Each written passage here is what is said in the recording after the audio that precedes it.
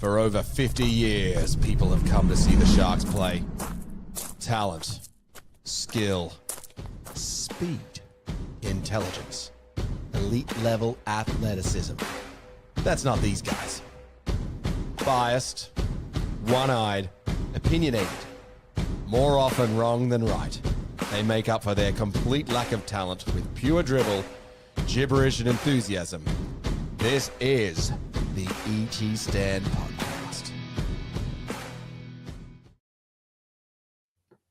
It's the podcast that's found 56 unique words to describe how pumped up we are for this week's game. What's the one word that describes you as we head into this weekend?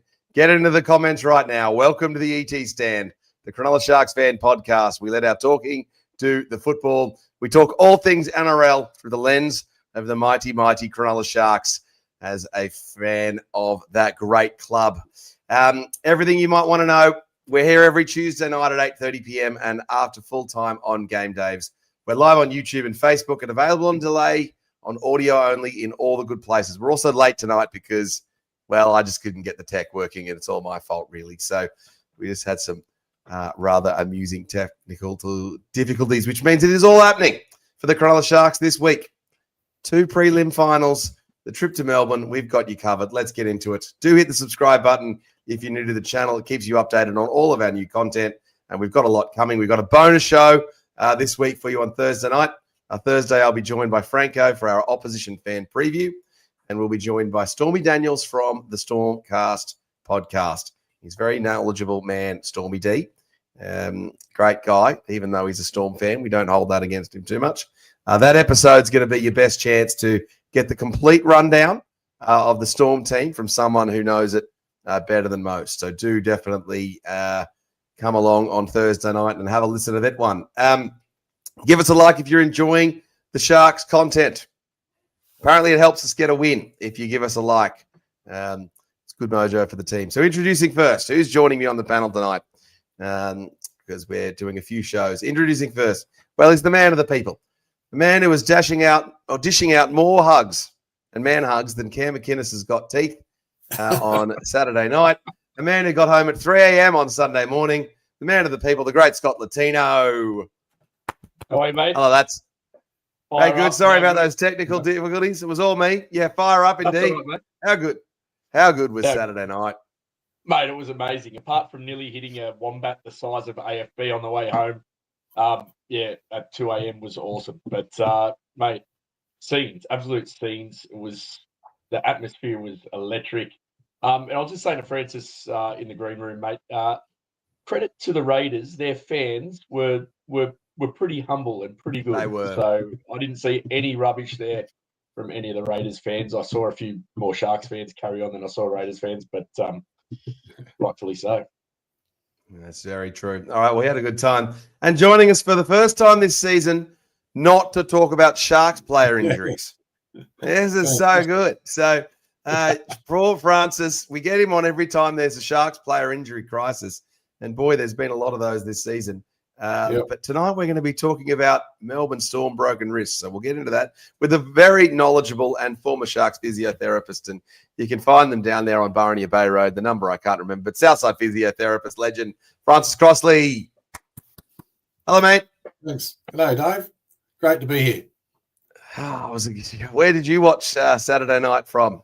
We had a little posse of diehard Sharks fans across the road in the men's room, big screen, and watched it intently. Had a great day, a great night, and had to celebrate a little bit into the evening. Probably not as late as Lat's getting home, but I was a bit late getting home. It was fantastic.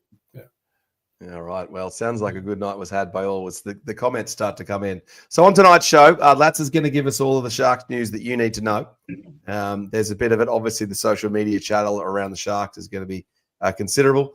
Francis is here to chat broken wrists. So are you going to get out one of those models again tonight, Francis? Or have we got that in our future, or a shoulder or something? Who knows? Yeah, we'll get a forearm out anyway. We'll get a forearm out. Okay, we can give that stiff arm to Lats and knock him out. I'm going to take you through the key differences between the Sharks now and why they've suddenly come good. So you might remember, for those regular viewers, I did a presentation on what's going wrong for the Sharks and what needs to go right for us to come good. I've gone back and looked at that. We'll, of course, go through the team lists of both Melbourne and the Sharks. We'll talk NRLW, and we'll spend maybe 30 seconds talking about Nathan Cleary and Reece Walsh and the other match and who we want to play in the grand final.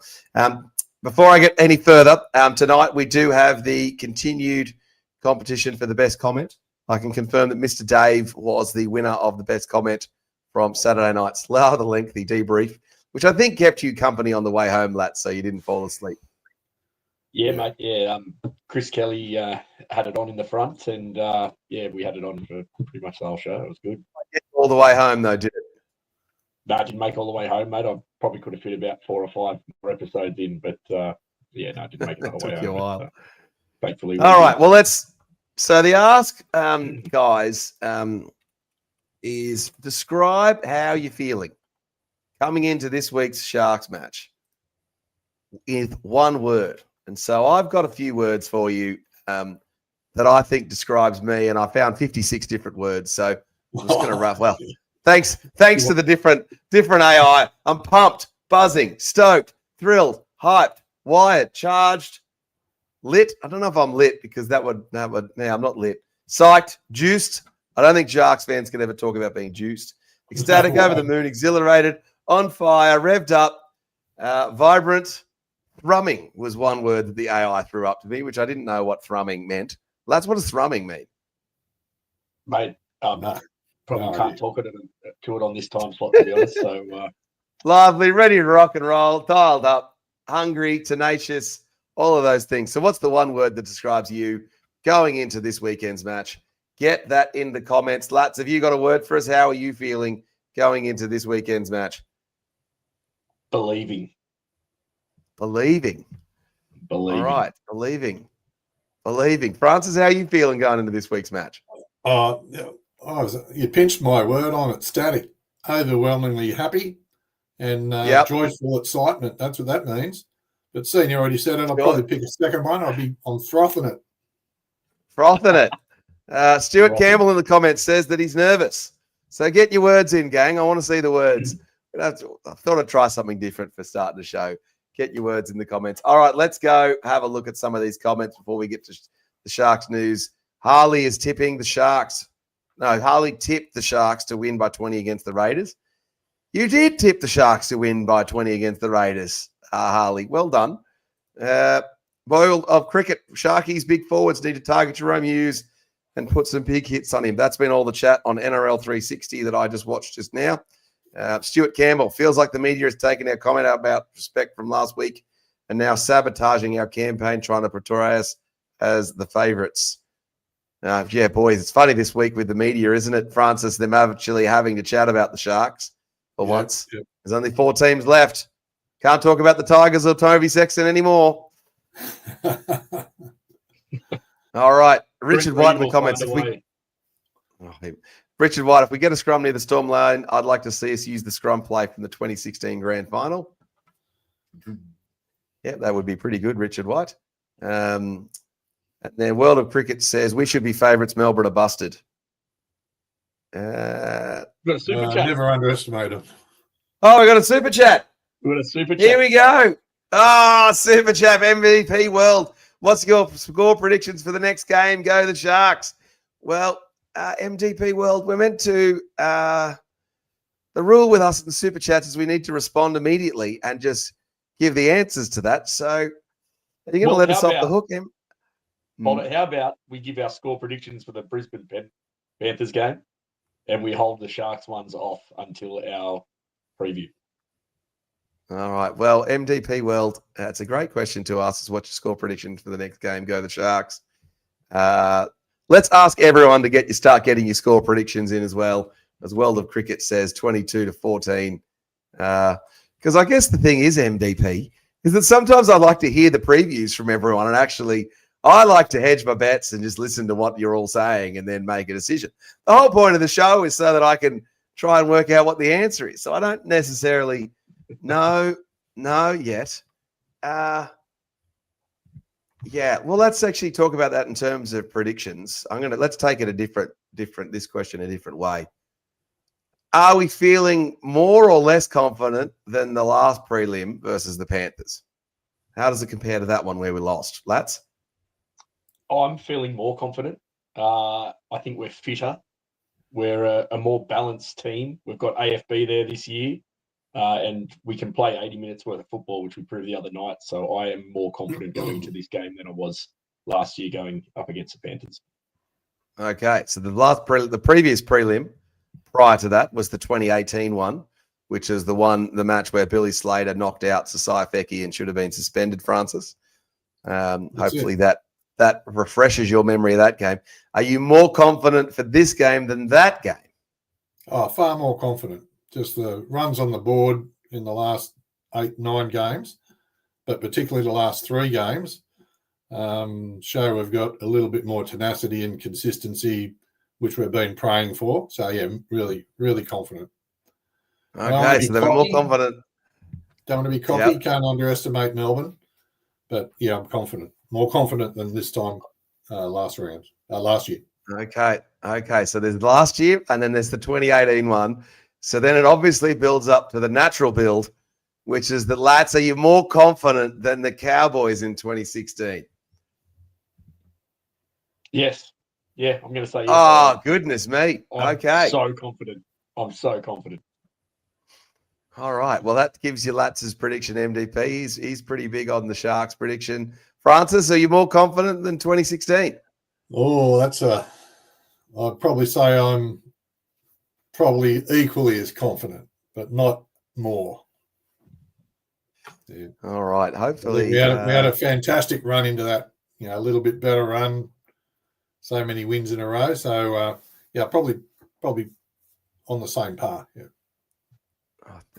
I think I am more confident than 2008, more confident than 2018 and 2024, but not more confident than 2016, and not more confident than 2001 or 2002. So those years I was pretty confident that we would get one of those. So don't know if hopefully that answers your super chat. MDP World, great to see you there in the comments. Don't give this guy a follow. He's got some quality videos on his. Does he? On his channel, he does. All right, MDP World, throw us in a bit of a description about what the videos on your channel are, and hopefully we can get some subscribers to go over to you. Sharks fans, go and check out MDP World. All right, let's get into Lats's social news as I change the screen here. The social news segment is brought to you by Solve Accounting. For all of your accounting needs for local businesses in the Shire, give Bill and Blocks a call. All right, let's just hide that comment there. We'll get to more of those comments and more of those predictions in a little bit. Great work, MDP World. What a legend. All right, Lats, take us away. What's making the Sharks news? Alrighty, fans are burning across the Sharks social circle given the media's ignorance and bias agenda against our team. There's been a very small amount of positive articles and mentions from the regular outlets. However, Sharks fans are demanding the respect we deserve. For instance, a piece was written today by some bloke named Daniel Ramus from Fox Sports, where he quoted Brent Reid from NRL 360 from Monday night, where he states that Sharks have had a charmed life in the past couple of weeks. They played Roosters in week 1 of the finals. The Roosters were bang average. It was their worst performance for a couple of months. They go on to play Canberra last weekend. Ethan Strange, arguably their best player, gets ruled out due to illness on the morning of the game. He also claims he had a soft run into the finals. Thankfully, Braith came to our defence, stated the Canberra match after that, he thinks we could possibly go all the way. He says we're not his favourites to, but he thinks we can. The Sharks deserve better, but to be honest, I don't mind the doubters chiming in. It lights a fire in the belly of the players, adds to our motivation. So to your Paul Crawleys and Brent Reeds, I say a big thank you very much for the motivation.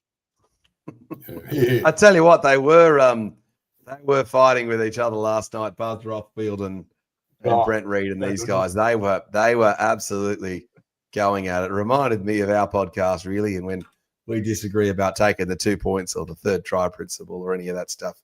Look, I don't mind it. We've certainly been more in the media spotlight this week. Thinking, I guess it's a bit tough to go under the radar, isn't it, Francis? Once you once you're down to the final four. You can't. There's nowhere to hide, especially if you're a Sydney team. It's either us or the Panthers. Yeah, that's it. The focus is right on. The heat's on, and whether comments our players make fire up Melbourne, or what the media makes fires our players up. It's as you say, unavoidable, and it's always on this time of year. Alrighty, the run's come to an end for our Jersey Flegg squad, going down to the Panthers 40 points to 36 Jubilee Oval over the weekend.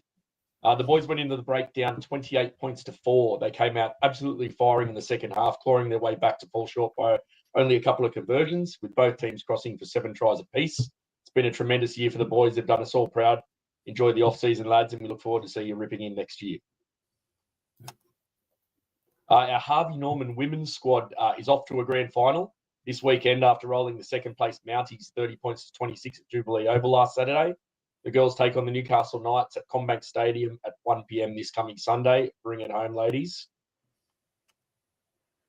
Sharkies NRLW squad progressed to week 2 of the finals after downing the North Queensland Cowboy girls 24 points to 18 in Townsville on Saturday. Tries to Staples, Hanaway, and Marie Korea-Ratu. An absolute cracker to Ellie Johnson with Hanaway. How good was that try? Oh, mate, that was just beast mode. That was awesome. That was beast mode, wasn't it? Oh, mate, unstoppable. Beast mode is an NFL reference to a running back that was basically impossible to tackle called Marshawn Lynch. It was called beast mode. Yep. As he goes, beast mode. Look, Hanaway perfect with a boot were enough to get the Chockies. The girls go on to play the premiership favourites, the Sydney Roosters, in another grand final rematch at Polytech Stadium, Gosford, at 7:45 p.m. this Saturday to book a place in the big dance. Get it, girls.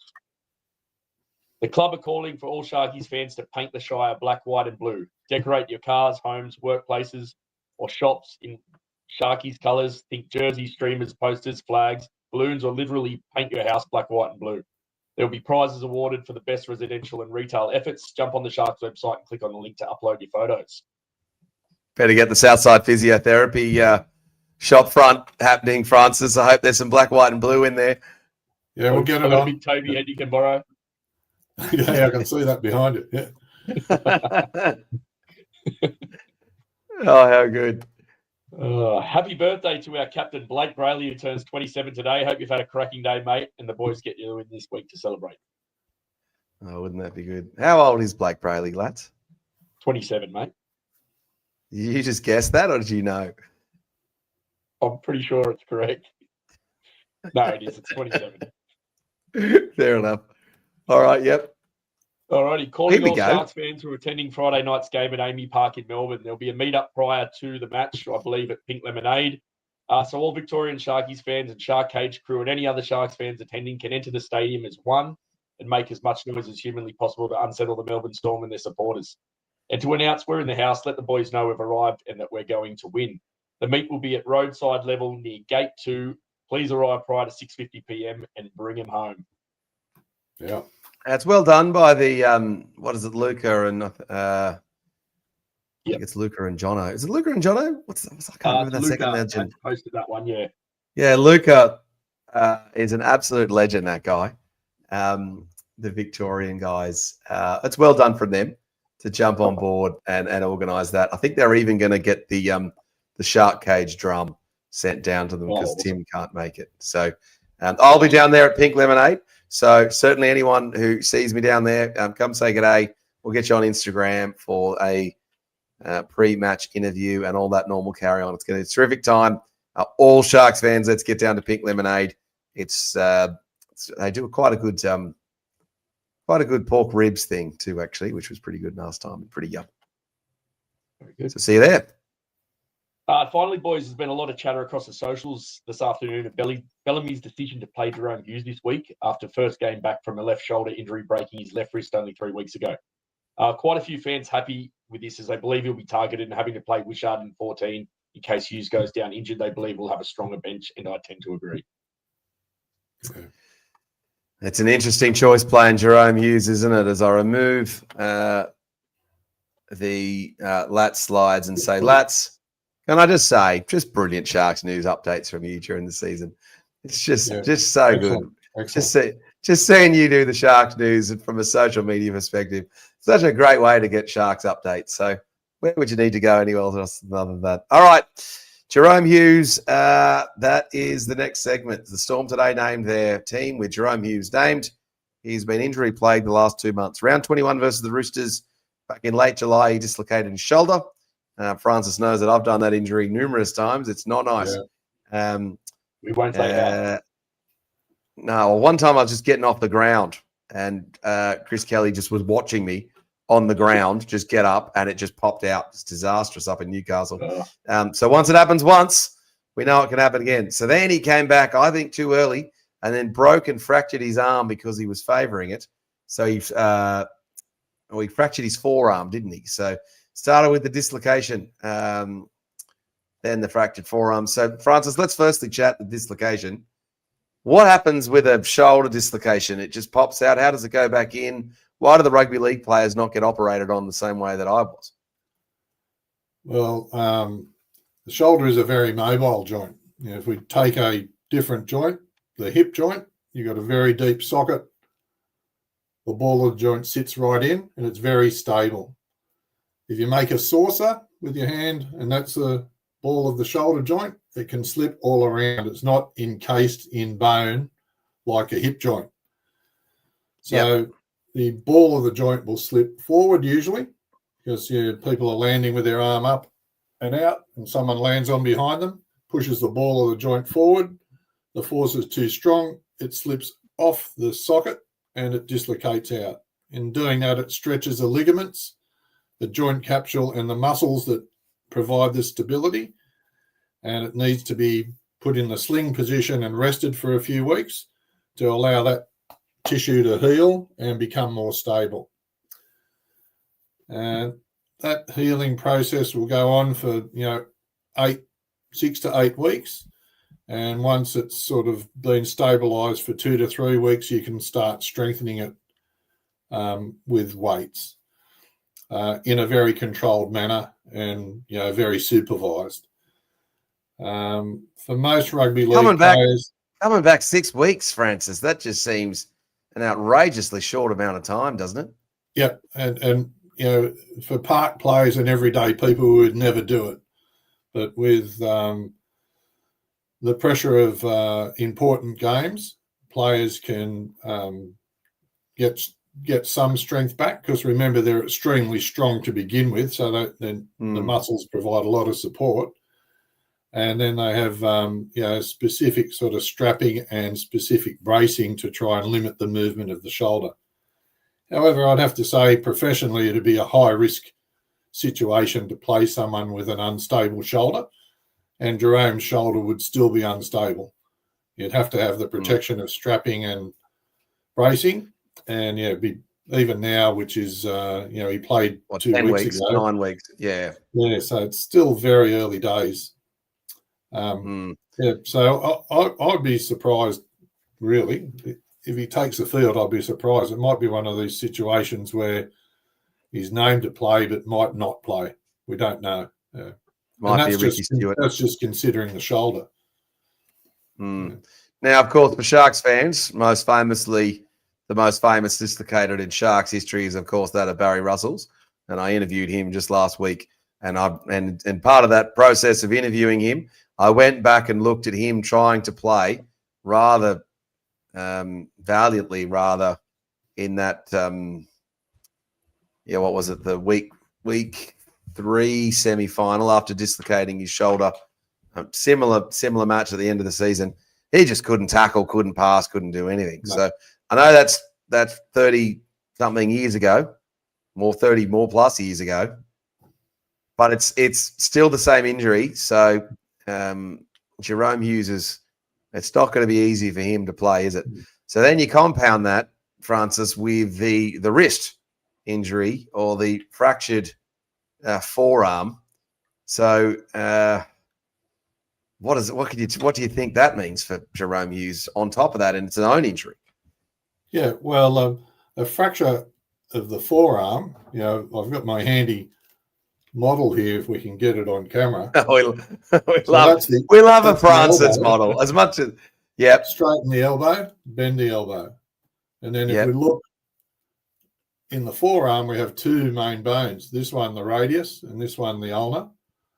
Yep. And it's the radius sits just like that at the end of our forearm. And then there's the wrist and the hand. So it's this Yep. bone here in the forearm tends to break down near your wrist. So it involves the wrist and has a decent crack. And they put a plate across with a couple of screws to hold it in place. So Yep. the bone isn't healed, but the open surgery to put the plate and screws on gives it early stability. So again, the sort of indication that they might have the stability and strength is around that 3 to 4 weeks after the surgery. So he's really cutting it fine. And not knowing the details of exactly where the fracture is and what it involved, I think he'd have some restriction in his movements with his ability to turn his palm up, turn his palm down, and that sort of stop sign position pushing up off the ground. There's got to be influence. So whether there's some sort of mild pain-killing injection to limit what he feels. I'm sure there'll be a big padding, a bit like the old Mal Meninga padding. But I think if he plays, what everyone's been talking up about is run hard at him, because I don't want to hurt him, but I think he'll have a weakness there that he'd be hard to protect. It's just being competitive, and if the boot was on the other foot, they'd be running hard at our weakest spots for sure. If it was Nico Hines or Braden Trindle, they'd be all over getting at him, wouldn't they? Yeah, definitely. All absolutely. I remember Cooper Cronk had that maybe fractured shoulder blade a few years back for East when he was finishing up there, and he played the game just as a general, directing people around, hardly made a tackle, hardly got tackled.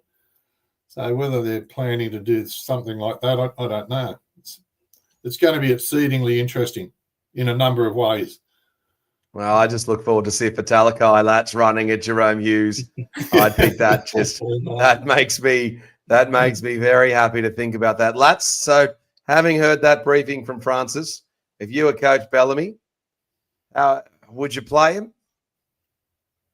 If I was in any doubt that he wouldn't make it through, I wouldn't.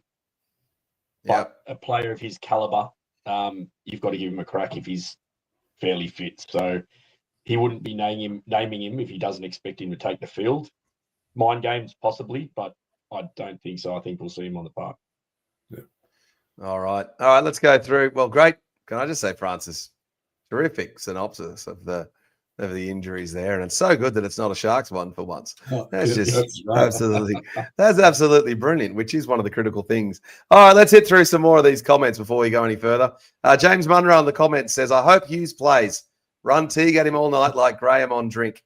I reckon I'd like the idea of Talakai running at him, Jimmy, but Teague's also not bad. Billy Burns as well would be pretty good. Stewie Campbell says the Panthers are going to pump the Broncos. No Carrigan, and losing Walters will be too big a bridge for them. I think Billy Walters is underrated. Stewie, I reckon you're right there. It's going to be tough for them. But you don't know. Adam Reynolds is a gun, so we'll see. World of Cricket says we want to play Broncos in the GF and rub that grub Walsh's nose in the dirt. We are going to talk about that later in segment 6, who we think we might want to play in the grand final. Stewie's given us his one word, which is nervous. World of Cricket's given us 2 words, confident as. So it's a bit cheating there, WCC, but we'll allow it. Harley says super and be confident. So confident seems to be the popular word. Re-Voonification 1963.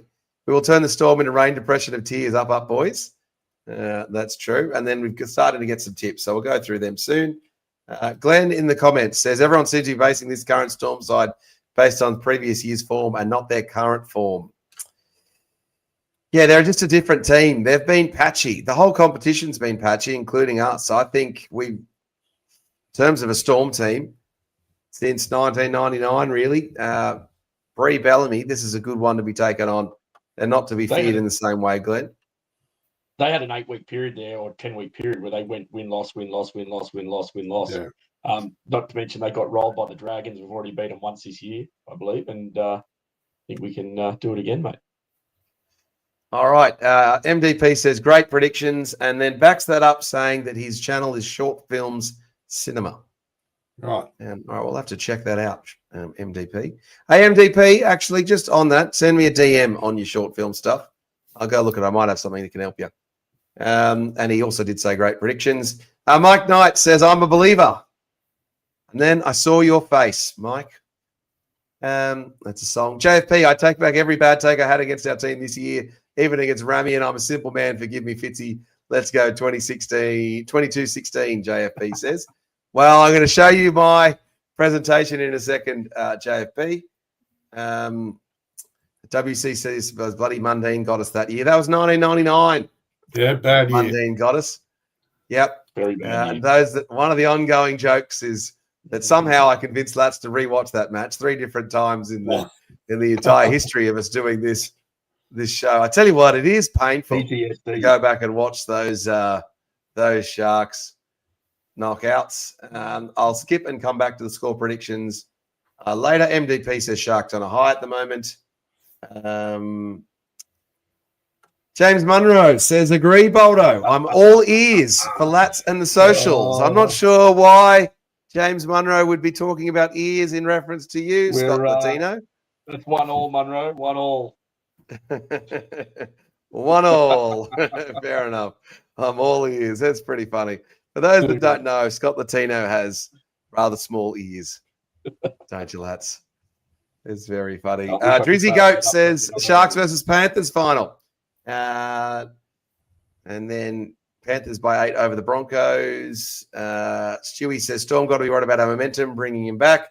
Mr. Dave, if you didn't see you in the draw on the comments thing from last night, says get your tickets and get down to Mexico. Assume you need Melbourne. Drizzy Goat says Sharks will be champs. We'll come back to the predictions. Mike Knight says, loving the confidence, everyone here. It's great to see. Well, we love confident and amped up people, don't we, Lats? We do. Yep. Drizzy Goat, Sharkies won't choke this time. Lol. Mr. Dave, wrist history. My girlfriend came home with one of those after a girls' night. Dave. Didn't he win it last week? He did win it last week. He just said Boulder for PM, got him. The barrel this week. I think, well, he just said Boulder for PM last week, so that's pretty good. World of Cricket, Barry Russell and I both won Cronulla Carrying by Juvenile Player of the Year award. Oh, how good. You must have been pretty good footballer then, WCC. I'm not going to read Mr. Dave's next comment. Drizzy Goat says they beat Bulldogs, then Roosters, then Raiders. They can beat Storm. They just can't choke. Let's not say choke. Scotty McLaren Francis must have had a leg of lamb for dinner. That's what the model looked like. It did look like a leg of lamb. All right. Yep. Mr. Dave says Francis is a great guest. He is a great guest, Mr. Dave. We love having Francis on the show. Mr. Dave, shout out to Southside Physiotherapy. Tomo in the comments says it's all smokes and mirrors, bellyache, just doing it to steal mind gains. Have the Sharks guessing. Francis for PM, says Mr. Dave. Cecil, Sass Legend, says grand finalist. God, how good are these comments? We love just Tuesday nights with the Sharks. Stuart Campbell, 1999 prelim was the last time I bet on the Sharks. All right. We'll keep not betting on them. Stuart, Mr. Dave's laughing at himself there. Mitch Atwood in the comments says, since 2016, the premiership has only been won by 4 teams, the Sharks, Storm, Roosters and Panthers. Last year, they were the last 4 standing. This year, 3 of them are back in the final 4. That's true. And I also would say that in the last 10 years, those are the top 4 teams, and Sharks are clearly 4th. So if we can get a second premiership in that time, well, that will certainly be good. Zach McCall, Battle of the Hookers, winner gets the Oz jersey. I reckon they'll take them both. Don't you think, Francis, on the Aussie trip? They'll take Brayley. And I think Brayley's going to become an Australian player before a State of Origin player. Yeah. Erling Haaland, I, as a Panthers fan, keep crying once we slap the Broncos, we are coming for the Sharks. Well, I think a Panthers final would be great, Erling Haaland. But, geez, you're having a good few supporting years if you're Manchester City and the Penrith Panthers. So you can spare a thought for me, Mr. Erling Haaland. I'm Nottingham Forest and Sharks. I just have a lifetime of pain. Glenn says, as much as I love Cam McInnes, his injury and the promotion of Bradley Captain seems to have unlocked some new ability in the team. May not be necessarily just that, but there is, I think, some benefit with Cam. Then lastly, Burjo Shark. Hey, Francis, great rundown. Love your work. Can we get an update on Lachlan? Looks like he's been getting good minutes. Will he be a Sharks jet next year? Burjo Shark. Geez, that's going to be a tough question to beat, isn't it, in terms of the comment comp? How is, I was going to say little Lachlan doing, Francis, but he's not so little anymore, is he?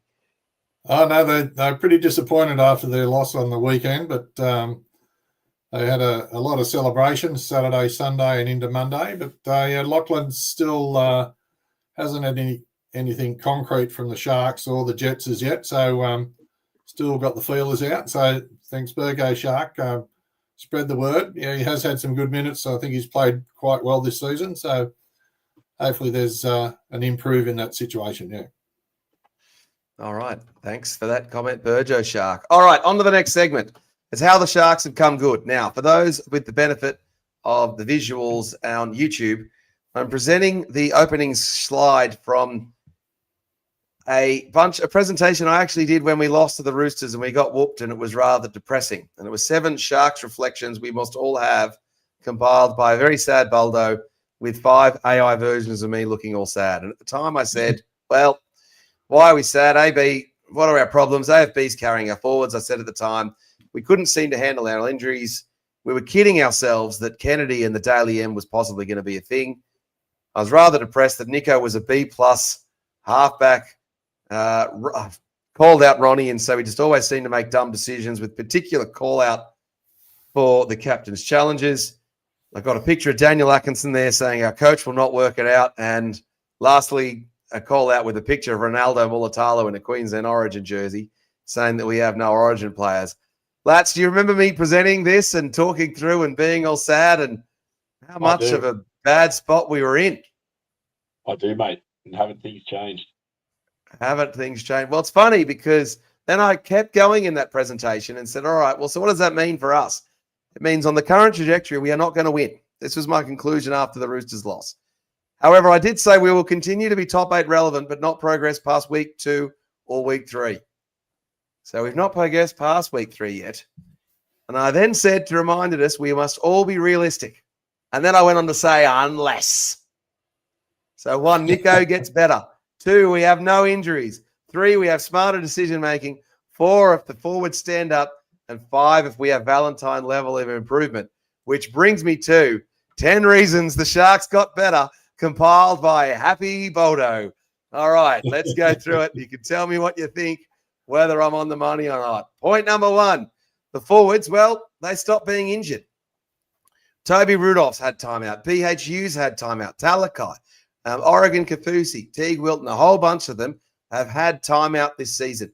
And in fact, this is the time, and we may joke about it at the top of the show, when we said Francis is finally here on the show to not talk about bloody Sharks player injuries. We're talking about Storm player injuries. And so that has significantly helped the Sharks. On to the next, the McInnes injury and some unseen bonuses. I'm not going to say we're better because Cam McInnes is injured, but I'm going to say that we're better because 6 weeks ago, or however many weeks ago it was, he got injured. And as a result, Fitzy changed up the rotation and he gave more of the forwards more time because he had to lean on the rest of the players. So we saw more minutes for Rudolph, more minutes for Hamlin-Uele, more minutes for Kafusi, and more minutes for these guys. And so that's given us a few unforeseen bonuses. And I'm going to say we've also probably seen the elevation of Blake Brayley as well, thanks to that comment from earlier. So I think the McInnes injury, whilst it was unfortunate and it's such a bummer for him, and we do miss him, I think McInnes is a bit better at stopping that Raiders first tackle, first try on the try line last weekend, for example. He's good in those situations because he's fast at getting in position. He doesn't get as exhausted. So we do miss you, Cam, but there are some unforeseen benefits. Point number 3, Nico and Trindle. Well, I just think they've worked it out. So who does what, who kicks when. Those first 2 tries on the weekend, I think really, really proved this point correct. That pass from Nico Hines was as good a pass as you'll see in rugby league, period. Across the face of the centre, straight to Ronaldo Mulatalo. It was a risky play. Hit him, bang, try. 35th minute, just absolutely terrific. And then what do we see next set?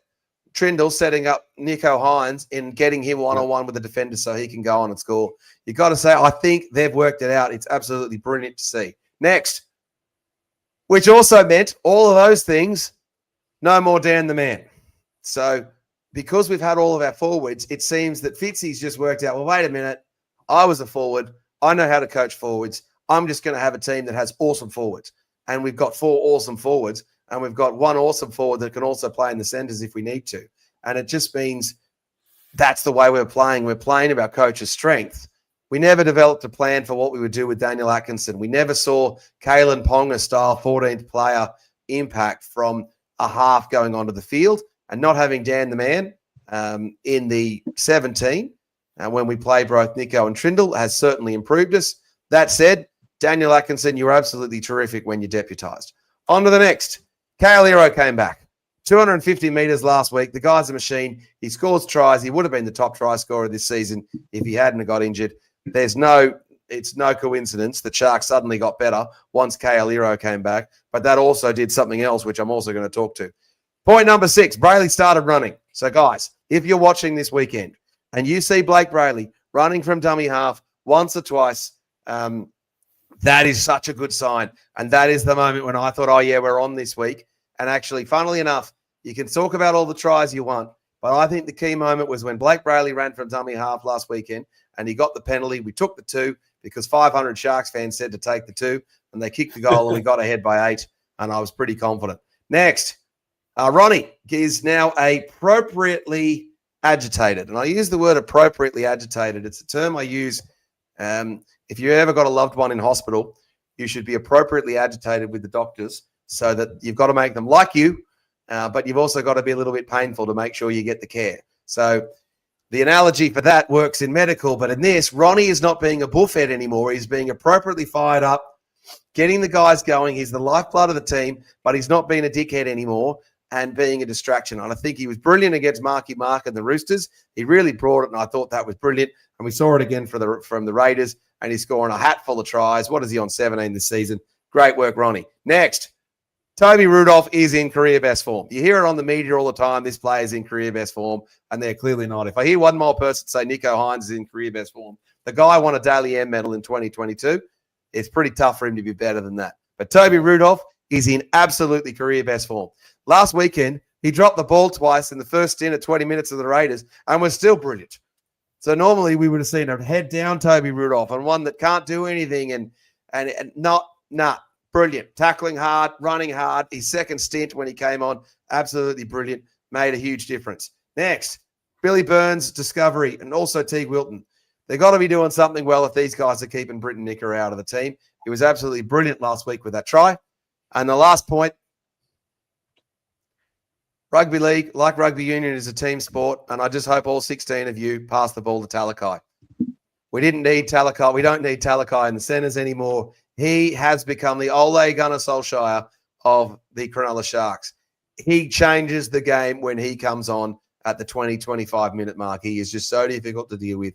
And that is the 10 reasons why we've got a very happy Boldo right now, because the Sharks have somehow turned this season around. So what do we make of that, Lats? Any additions? Are those the 10 reasons why the Sharks have gotten better? Yeah, mate, that's pretty much bang on. The forwards have been absolutely brilliant. You said we got 4. We got 5. We've got Kapusi that didn't play last week. Going to slot in this week for Big Tommy, who went down with that head knock. McInnes is an interesting one for me. I think there are more positives than negatives with McInnes out of the team. Don't be surprised to see him go to the Bears over in Perth. I've got a big feeling that's going to happen. But would welcomely have him back into the team. You're right with him would have stopped very helpful in those situations where Horsburgh scored. But the current team seem to be doing a really good job. Brayley's work in defence is immense. Teague's really stepped up in defence also. Mate, Gunn, Nico and Trindle, brilliant. It's so good seeing them gel, and they sort of, I guess, not even thinking twice about what the other person's going to do. They just got the faith in each other, and they're showing up. Mate, I think you're right with Brayley. I think his running game is, when he's on, we are just rolling them downfield on the back foot with the big forwards coming in over the top. Iro back's incredible. Burns, what a rich vein of form he's in. And as you said, to keep Britt Nicker out of the team's huge. I don't know how happy Nicker is with that, but look, he's coming on and doing a job as well. Our whole bench has impact, and I think it's going to go a far way in us giving this finals a real shake. Indy in the comments says Colhoun is massively underrated. Stewie backs it up with Colhoun is a defensive machine, 95% tackle efficiency. Francis, I could have missed Jesse or Colhoun, but I could have also put that in the McInnes injury unseen bonuses. He's been pretty good, Jesse, hasn't he? Oh, tremendous. Everything's come together at the right time, and usually at this time of the season, we're playing busted and we're short of personnel. And I think, your 10 points as Lats has sort of re-summarised them, are excellent. But I think the big thing is that we're healthy and we've got depth, and we've got momentum. And, the McInnes injury is very unfortunate for him with his ACL. It's a big one to recover from. But as we know, many others have suffered the same, and I'm sure he'll fire up and get back. And whether it's at the Bears or whether it's at the Sharks, I've got no idea, but we're just focusing on this next game. I think we're in an awesome position to move forward into the big GF. Yeah, we can certainly hope, can't we? Now, before we move off that, though, there's still a couple of other things that can happen. So one is, I think AFB can still find another level. So that's an area of improvement. He's been 8.5, 9 out of 10. He's talking a big game this week, AFB, in the media, saying he's not scared of anyone. I'm sure he's scared of the wrath of Franko on the debrief if he doesn't play well. But other than that, I'm sure that he's not scared of anyone. So I'm looking forward to seeing what he does. I think Kennedy's still got a bit of redemption in him. I think last year's Melbourne match, dropping it off the kickoff, and the errors that he had just seemed an absolute calamity, more so in person. So I think there's something in him. And I think Nicker has got a bit point to prove with being unable to find his way back into the team. So I still think there's an area for improvement. We're firing on almost all cylinders, but if you're firing on all cylinders, then you want to be able, you think you're going as fast as you can, then let's work out how we can go a little bit faster, guys. So, goodness me, I'm feeling even more pumped up now. See, that's MVP. That's why we don't put the prediction until after I've talked through all the stuff, because that then gets us convinced. Let's just close out the any final commentaries on the Raiders match, specifically in how we became good. Francis, what did you make of the overall team performance? And when you reflect on that match now, what are your thoughts? The ability to withstand pressure in the Canberra match when things weren't going our way, and then get points on the board. And the last 2 tries where we moved well ahead were just cream on the cake. But we'd done the hard yards, the 60 minutes beforehand, and it's a cliche, but our defence was awesome, and not everything went our way, and we were able to withstand it and then go forward. So that was there's lots of highlights and special achievements individually, but as a team, that was great. Yeah. And we've got to bring it on in the next games, otherwise we'll be shot. Well, that's true. Lats, when did you know we'd won? When were you, we've got this. Mate, I got really confident when we knocked those 2 quick tries over right before halftime. I love a try on the stroke of halftime. I knew Canberra would come back, but as I said to you at the match, mate, after the game they had the week before, I couldn't see them playing for 80 minutes, and I thought they'd fade around the 60-minute mark, which they seemed to do. Look, they had a plethora of set restarts and sets on our line. They arrogantly didn't take the 2-on-2 occasions when it was 0-0, eventually crossing the line. But mate, that I was watching it back today. I was quite annoyed because I watched that try that we had disallowed where they called a forward pass or the ball travelled forward. There was no way that travelled forward, which would have seen Iro in the corner and a certain try. So we were pretty hard done by there. We knew that Raiders were going to get the calls after the the We didn't get the calls, did we? We No, didn't get any. We did not get the calls. We couldn't buy a set restart there for an hour. But look, we've got Klein this week, so we're going to have to be on our discipline. But mate, I was confident at halftime in that game. Very confident. It would be amiss of us not to comment on Tommy. So I thought we were very unlucky not to have a sin bin on the Raiders. And I'll just say, look, Tommy, you played 4 minutes. I thought his 4 minutes was awesome. And it was such a shame for us. And they were on top of us. And for that couple of minutes, he did just stop them being on top of us. And in terms of a 4-minute impact, it's the best one since Scott Latino in 2002, really. All right, let's go through some of these comments. Unfortunate, we didn't even get a penalty out of that. That was BS. Carrigan that was pulled up for it, didn't he? That was tough. Yeah, that was tough. All right, let's go through the comment. There are some more comments we've got here. Stewie Campbell. We also just jumped Roosters in final success with that win in Canberra. 2020 to current Roosters are 3-8, and we are 3-6. Oh, that's worth knowing. Good one, Stewie. Mr. Dave, beating the Bulldogs gave the team more belief. That's definitely true. Yeah. And he's been calling him McGuinness. Here we go. Mr. Dave is on a tirade here. Nico's kicking has also been better since we smashed the Knights. Great kicking practice. Hero is a legend. Blake Brayley is the better brother. That's probably true. Stewie Campbell.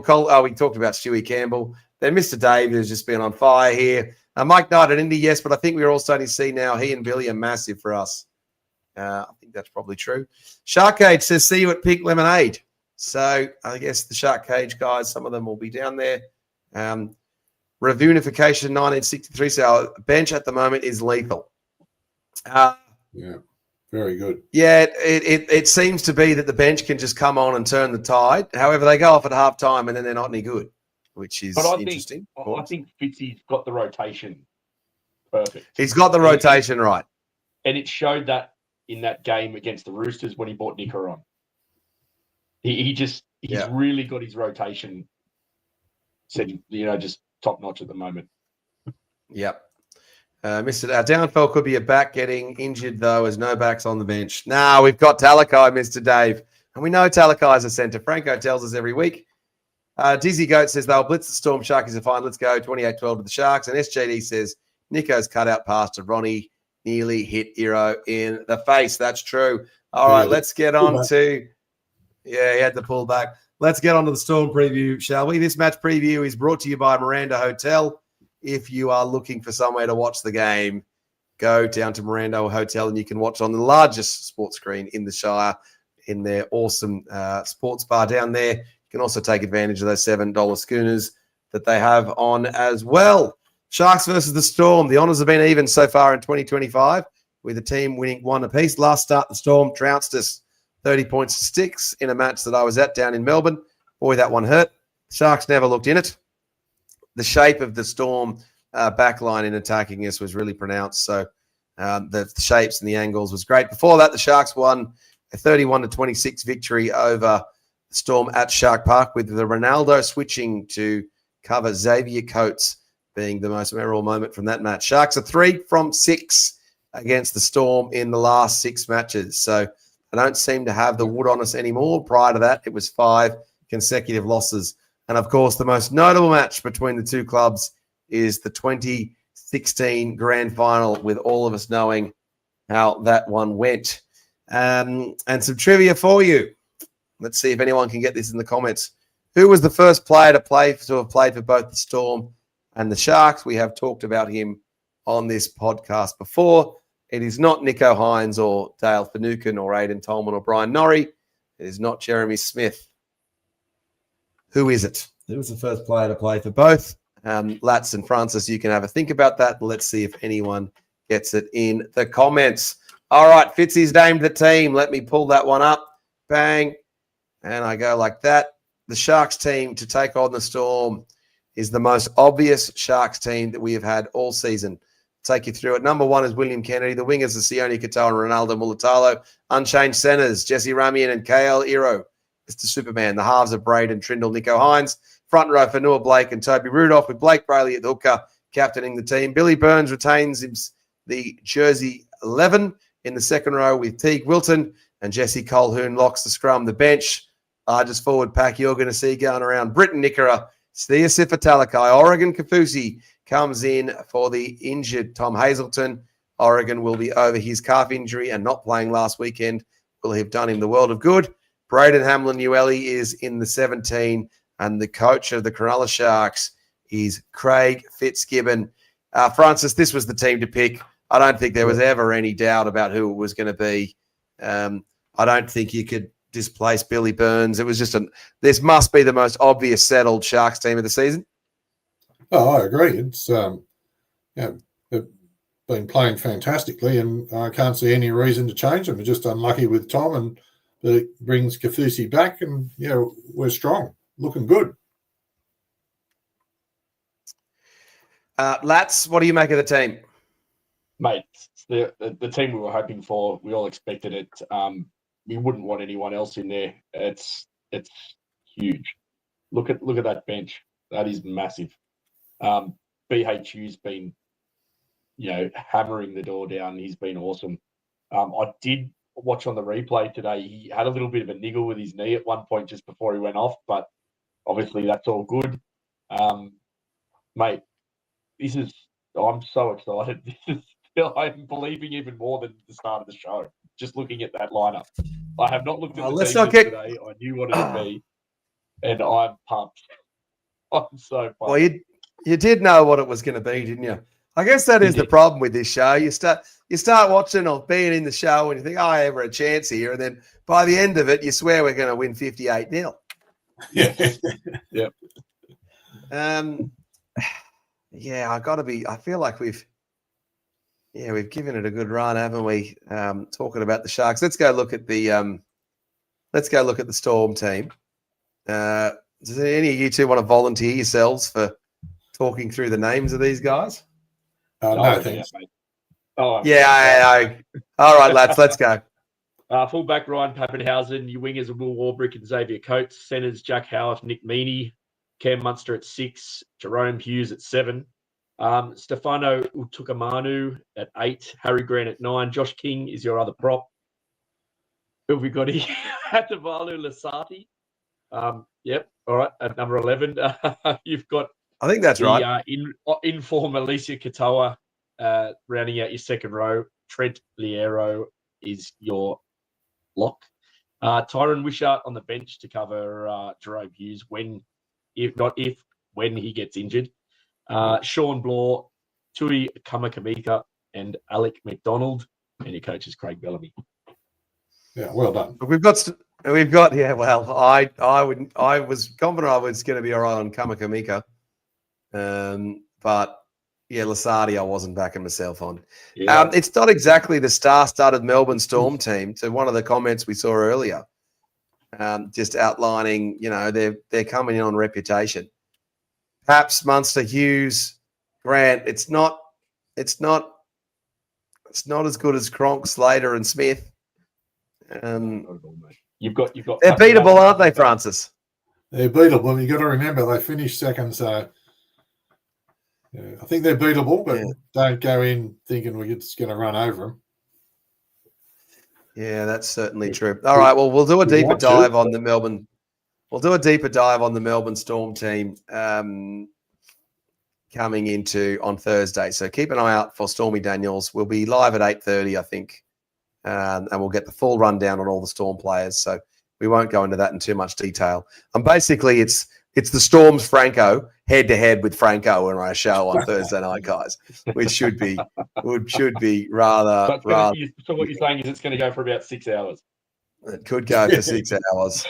Well, it was certainly that. All right. Look, Lats, why don't you give us your prediction in this match? What do you reckon is going to happen? Just look at their bench. Look at our bench, mate. I was going to say we're going to win by 20, but just for nostalgic reasons, I think we win 14-12.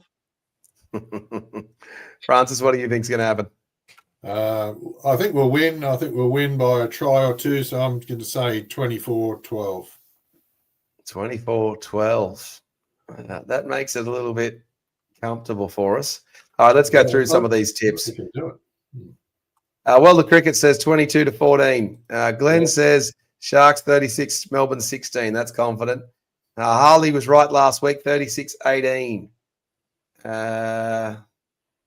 Richard White says 20 points to 16. Mike Knight says 12-10. Oh, Mike, please, no, don't do that to me. That's going to be so painful. Reviewnification says 26-18. Yeah. Now, that was the score that we had over the Cowboys, wasn't it? 26-18, is that right? Last year in round 2.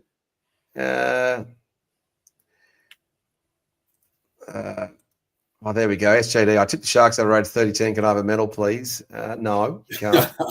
Glenn Thompson says Sharks 26-6. No, that would be great.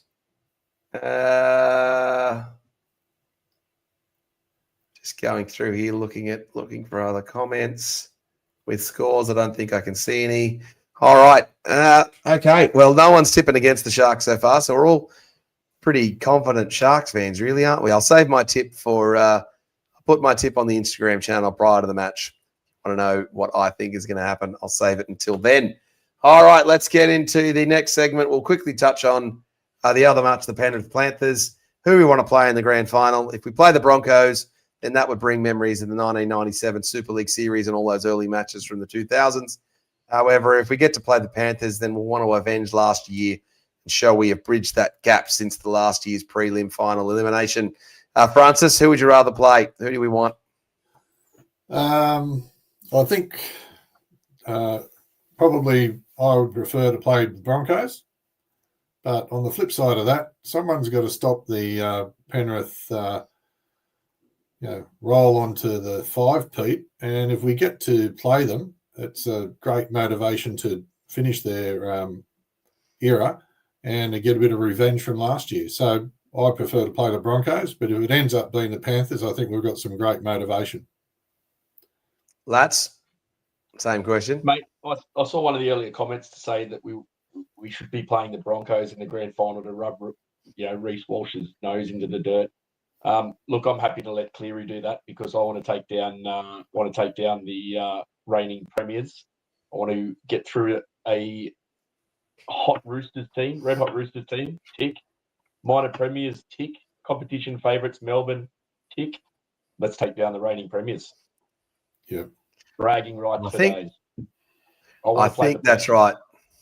Well, I think we want to play the Panthers too. We want to play the reigning, defending, undisputed champions of the NRL, which is currently the Penrith Panthers. Yeah, and we were in that match last year, and I want to show how we've improved since Las Vegas and how we've improved since that prelim final last year and how we're taking them on. So I think we want to be playing them. And I think whoever we play, most people will be, any of the neutrals will be cheering for the Sharks, I would think. So fingers crossed. Mr. Dave agrees. Panthers would be a more historic win for sure. Yeah. Stewie Campbell says, Broncos fans piss me off. 20 years, no wins, and they act like they're the Panthers with 4 in a row. My top's back. Time is now. Sharks to win. How good. And then Mr. Dave says Sharks by 10. Vincent Spears Music says up Cronulla. Hey, Vincent, get your tip in before we run out of time on the show as we move into the last segment of the show. NRLW, I thought it was the best performance of the year from the girls. Solid team performance. It's finally come together for them at the right time of the season. And also, I think we would much rather play the Roosters this week than in the grand final and play the Broncos next week in Sydney. So from that perspective, I think we're well placed. We've had enough time for Emma Veron and Jada Taylor to do their own version of Nico Hines and Braden Trindle and work it out. And I think Ellie, I don't think anyone can tackle Ellie. That girl is just unbelievable. And then Hanaway's kicking was really good too. Lats, any further commentaries on the NRLW? Wouldn't it be great to have both teams in it? We're a massive chance this week. We're starting to hit our straps. We've got a full complement of players. We're fit. We've got, keeping players out of the team like Anessa Biddle and, Caitlin Johnson-Green. We've got a lot of depth there, available depth. And Jada Taylor has been red hot form, hit the ground running since she got back, scoring plenty of tries. We've got points in us, and I'm going to tip us. I think we will win this game. Francis, are you going to tip the Sharkies girls? I think they're real underdogs, but I think they're playing with confidence and playing the best they have all season. They have such a 9 or 11 rounds, so it's not a long season. I think they're just coming into their best. So, yeah, I'm willing to put my neck on the line and back them. Yeah, it's a small sample sport, NRLW. And for us, typical rugby league fans, we need to get our head around thinking of it differently from, it's that short sprint of a season. We don't get to see much of the girls, and then we get into the finals where we've got 27 rounds of the men's, and we can see, Daniel Atkinson and this and that. So they don't have as much time, and it's less forgiving for the girls. So, Look, you're right, Francis. The Sharks girls are certainly underdogs. The Roosters are a star-studded team. It's going to be a tall order for us to win, but I also like it when teams are undefeated coming into the finals. They often just bounce out straight away. The psychology is all with us, so fingers crossed we can see the girls. I wish the match was in Sydney though.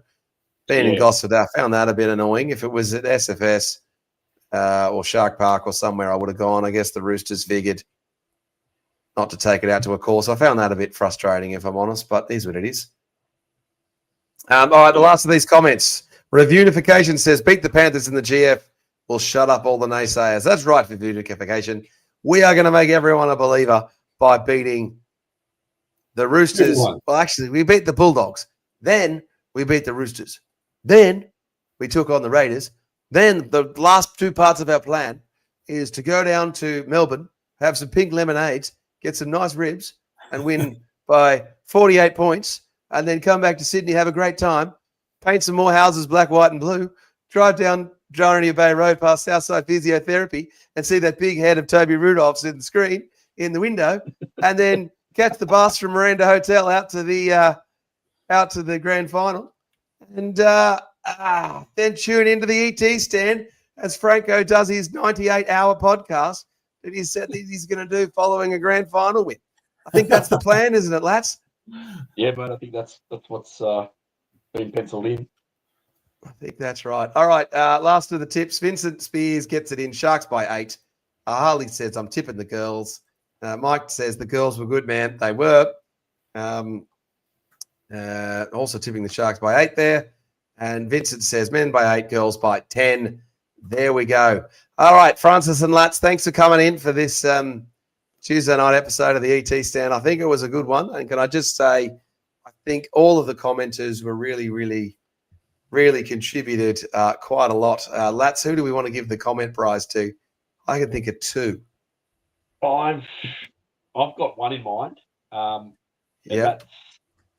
That's Harley for pointing out that he tipped the correct margin last week.